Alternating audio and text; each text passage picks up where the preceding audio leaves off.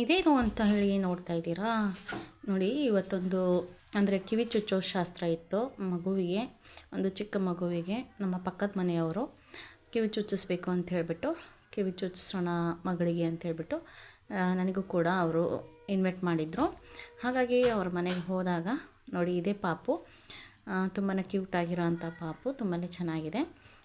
Daily ಕೂಡ ಈ ಮಗುಗೆ ನಾನೇ ನೀರು ಹಾಕೋದು.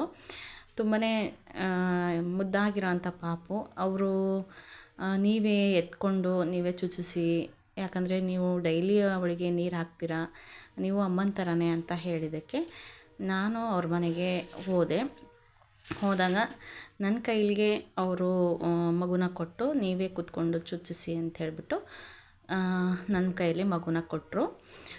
ನೋಡಿ, ಇದು ಮಗುವಿನ ಕಿವಿ ಚುಚ್ಚೋದಕ್ಕೆ ತಂದಿರುವಂತಹ ಒಂದು ಕಿವಿ ಓಲೆ ಅಥವಾ ಮೂರ ಅಂತೀವಿ ನಮ್ಮ ಕಡೆ. ನೋಡಿ, ಈ ಥರ ಇದೆ. ನೋಡಿ, ಮಗುಗೆ ಚುಚ್ಚುತ್ತಾ ಇದ್ದಾರೆ. ತುಂಬಾ ಅಳ್ತಿತ್ತು ಮಗು, ತುಂಬಾ ಅಂದರೆ ತುಂಬ ಅಳ್ತಾಯಿತ್ತು. ಸಮಾಧಾನ ಹೇಗೆ ಮಾಡೋದಂತ ಗೊತ್ತಾಗ್ತಿರ್ಲಿಲ್ಲ. ನೋಡಿ, ಇಲ್ಲಿ ತುಂಬಾ ಅಳ್ತಿದೆ ಪಾಪು. ಅದು ಒಂದೇ ಸಲ ಹಿಡಿದುಬಿಟ್ಟು ಚುಚ್ಚಿಬಿಟ್ರು.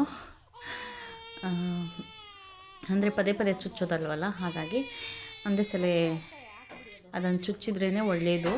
ಹೀಗೆ ಚುಚ್ಚಿದ್ರೇ ಮತ್ತೆ ಅದು ಪೇಯ್ನ್ ಆಗೋಲ್ಲ. ಅದನ್ನು ಅಳ್ತಿದೆ ಹಾಗೆ ಹೀಗೆ ಅಂತ ಹೇಳಿಬಿಟ್ಟು ಅರ್ಧಂಬರ್ಧ ಚುಚ್ಚಿ ಬಿಟ್ಬಿಟ್ರೆ ಇನ್ನೂ ಪೇಯ್ನ್ ಜಾಸ್ತಿ ಆಗುತ್ತೆ, ಕಿವಿ ಊದ್ಕೊಳ್ಳೋ ಸಾಧ್ಯತೆ ಕೂಡ ಇರುತ್ತೆ.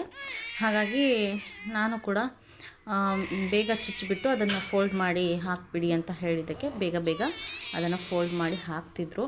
ಬಟ್ ಅವಳಿಗೆ ತುಂಬಾ ಅಳು ತಡೆಯೋಕ್ಕಾಗ್ತಿರ್ಲಿಲ್ಲ, ತುಂಬಾ ಪೇಯ್ನ್ ಆಗ್ತಿತ್ತು. ಅವಳು ಯಾವುದೇ ಕಾರಣಕ್ಕೂ ಅಷ್ಟೇ, ನಾವು ಏನಾದರೂ ಜಾಸ್ತಿ ಮಸಾಜ್ ಮಾಡಿದ್ರೂ ಅಳ್ತಿದ್ಲು. ಅವಳು ಸ್ನಾನ ಮಾಡಿಸುವಾಗ ಎಲ್ಲ ಜಾಸ್ತಿ ಸ್ವಲ್ಪ ಪ್ರೆಜರ್ ಕೊಟ್ಟು ಮಸಾಜ್ ಮಾಡಿದ್ರೂ ಅಳ್ತಿದ್ಲು. ಅವಳು ತುಂಬಾ ಸ್ಮೂತು ಪಾಪು ಅಂದರು. ತುಂಬಾ ಸ್ಮೂತ್ ಅಂದರೆ ತುಂಬಾ ಸ್ಮೂತು. ಒಂದು ಏನೇ ಸೌಂಡ್ ಕೂಡ ಆಗೋ ಹಾಗಿಲ್ಲ.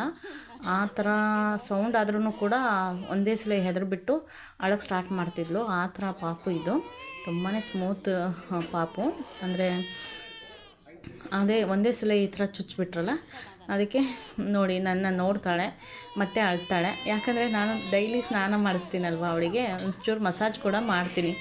ಮಸಾಜ್ ಮಾಡಿದಾಗಲೂ ಕೂಡ ನಾನು ನೋಡಿದರೆ, ನನ್ನ ವಾಯ್ಸ್ ಕೇಳಿದ್ರೇ ಅಳ್ತಾಳೆ ಈ ಪಾಪು. ನಾನು ಹೋದರೆ ಅವ್ರ ಮನೆಗೆ ಹೋದರೆ ಸಾಕು, ನನ್ನ ವಾಯ್ಸ್ ಕೇಳ್ತು ಅಂದ್ರೇ ಅಳಕ್ಕೆ ಸ್ಟಾರ್ಟ್ ಮಾಡ್ತಾಳೆ. ಹಾಗಾಗಿ ನನ್ನ ಮುಖ ನೋಡೋದು ಅಳೋದು, ನನ್ನ ಮುಖ ನೋಡೋದು ಅಳೋದು ಮಾಡ್ತಾಳೆ. ನಾನೇ ಮಾಡಿಬಿಟ್ನೇನೋ ಅಂಥೇಳ್ಬಿಟ್ಟು ಆ ಥರ ಅಳೋದೇ ಸ್ಟಾರ್ಟ್ ಮಾಡ್ತಾಳೆ. ನೋಡಿ, ಇನ್ನೊಂದು ಕಿವಿದು ಕೂಡ ಚುಚ್ಚಾಯಿತು. ಅದಕ್ಕೆ ಬೇಗನೆ ಚುಚ್ಚಿಬಿಡಿ, ಅದೇನೋ ಸಮಾಧಾನ ಆಗಿಬಿಡ್ತಾಳೆ ಸ್ವಲ್ಪ ಹೊತ್ತಲ್ಲೇ ಅಂಥೇಳ್ಬಿಟ್ಟು ಹೇಳಿದ್ದಕ್ಕೆ ಇದನ್ನು ಈ ಕಿವಿನೂ ಕೂಡ ತಕ್ಷಣವೇ ಚುಚ್ಚಿಬಿಟ್ರು. ಯಾಕಂದರೆ ನೋವು ಬೇಗನೆ ಮರ್ತು ಬಿಡ್ತಾಳೆ ಅಂಥೇಳ್ಬಿಟ್ಟು ಬೇಗನೆ ಚುಚ್ಚಿಬಿಡಿ ಅದನ್ನು ಕೂಡ. ಆ ನೋವು ಮರೆಯೋದ್ರೊಳಗೆ ಮತ್ತೊಂದು ನೋವು, ಅದನ್ನು ಕೂಡ ಅದರಲ್ಲೇ ಅನುಭವಿಸ್ಬಿಡ್ತಾಳೆ ಅಂಥೇಳ್ಬಿಟ್ಟು ಬೇಗನೆ ಚುಚ್ಚಿಬಿಡಿ ಅಂತ ಹೇಳಿದ್ದಕ್ಕೆ ಮತ್ತೆ ಈ ಕಿವಿನೂ ಕೂಡ ತಕ್ಷಣವೇ ಚುಚ್ಚಿಬಿಟ್ರು. ಫೈನಲಿ 2 ಕಿವಿ ಕೂಡ ಚುಚ್ಚಿ ಮುಗಿಸಿದ್ರು. ತುಂಬಾ ಅಳ್ತಿದ್ಲು, ಸಮಾಧಾನ ಮಾಡೋಕ್ಕಂತೂ ಆಗ್ತಾನೆ ಇರಲಿಲ್ಲ. ನೋಡಿ, ಕೊನೆಗೂ 2 ಕಿವಿನೂ ಚುಚ್ಚಿ ಆಯಿತು. ನನ್ನನ್ನು ನೋಡಿದ್ರೇ ಅಳ್ತಾ ಇದ್ಲು. ಆಮೇಲೆ ನೆಕ್ಸ್ಟು ಅವಳಿಗೆ ದೃಷ್ಟಿ ತೆಗೆದ್ರು.